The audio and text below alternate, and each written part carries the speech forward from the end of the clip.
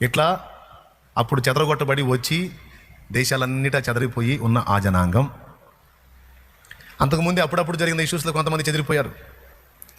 అయితే సమూలంగా మొత్తంగా అసలు పూర్తిగా ఆ భూభాగాన్ని వదిలిపెట్టి ఎంతోమంది రాజులు వచ్చి ఎఫెక్ట్లు చేసినా కూడా ఎంతో కొంత శేషం అక్కడ ఉంటానే ఉంది.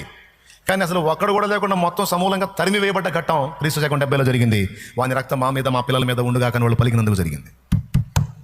స్తోత్రం. మొత్తం వెళ్ళిపోయారు. దేవుడు ఏమని వాగ్దానం చేశాడు? అంత్య దినమున నేను మొత్తాన్ని కూడా సమకూరుస్తాను అన్నాడు. అంత్య దినముల్లో ఇప్పుడు అది జరిగింది. ఎప్పుడు జరిగింది? 1948లో అయింది. ఇప్పుడు చూడు, చెదరగొట్టబడ్డ ఘట్టం ముందే చెప్పాడు. ఎప్పుడు చెప్పాడు? 1000 సంవత్సరాలకు ముందు చెప్పాడు. తిరిగి వాళ్ళు సమకూర్చబడతారు, మళ్ళా అక్కడే వారి స్వదేశమందే వాళ్ళు నాటబడతారు.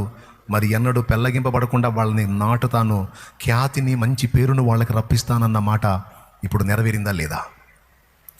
అమెరికా అగ్రరాజ్యం, ఇండియా దాదాపు 140 కోట్ల మంది ప్రజలు కలిగిన ప్రపంచ జనాభాలో నెంబర్ 2లో. మన ఆర్థిక వ్యవస్థలు మిగిలిన వ్యవస్థలు పక్కన పెడితే సంతాన విషయంలోకి వచ్చేటప్పటికి అసలు రాజీ లేకుండా ప్రపంచంలోనే 2వ స్థానంలో నిలబడ్డాం. 140 కోట్లు దగ్గరే. ఇది కూడా పెద్ద దేశం ఇండియా. మళ్ళీ పురాతన దేశం, చాలా ప్రాచీన చరిత్ర కలిగిన 5000 ఏళ్ల చరిత్ర కలిగిన ఇండియా. ఇది కూడా ఇజ్రాయెల్ సపోర్ట్ అంది.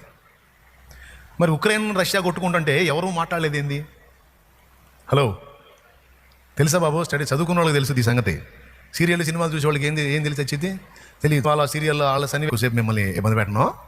ఇప్పుడు దాకా నేను చెప్పినవన్నీ దేవుడు ముందే తన భక్తులకు బయలుపరిచి చెప్పినవి తర్వాత ఎలా నెరవేర్చాడో మీకు చూపించా.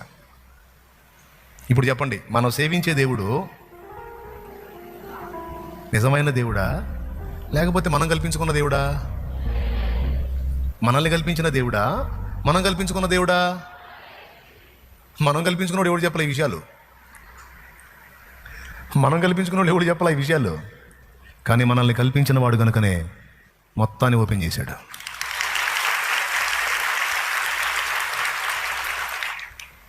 ఇప్పుడు చెప్పండి, ఇప్పుడు నమ్ముతారా నమ్మరా దేవుణ్ణి? ఇందులో చెప్పిన ప్రకారం చెప్పినవన్నీ వరుసగా జరుగుతూ వచ్చినాయా లేవా? జరిగినాయా? ఇప్పుడు ప్రపంచానికి కేంద్ర బిందువుగా ఇజ్రాయెల్ భూమధ్య భాగంలో ఒక చిన్న దేశమై ఉండి ప్రపంచమునే 2 భాగాలుగా చూపిస్తుంది. యేసు క్రీస్తు వచ్చేమో కాలాన్ని విభజించాడు. క్రీస్తు శకం, క్రీస్తు పూర్వం అని. కాలానికి ఆయనే అడ్రస్ అయ్యాడు, ఆధారం అయ్యాడు. ఓకే, క్రీస్తు శకం, క్రీస్తు పూర్వం అంతే. యేసు ప్రభువును ఒప్పుకోనోడు కూడా ఆ మొక్క చెప్పాల్సిందే, నాస్తికుడు కూడా ఆ మొక్క చెప్పాలి.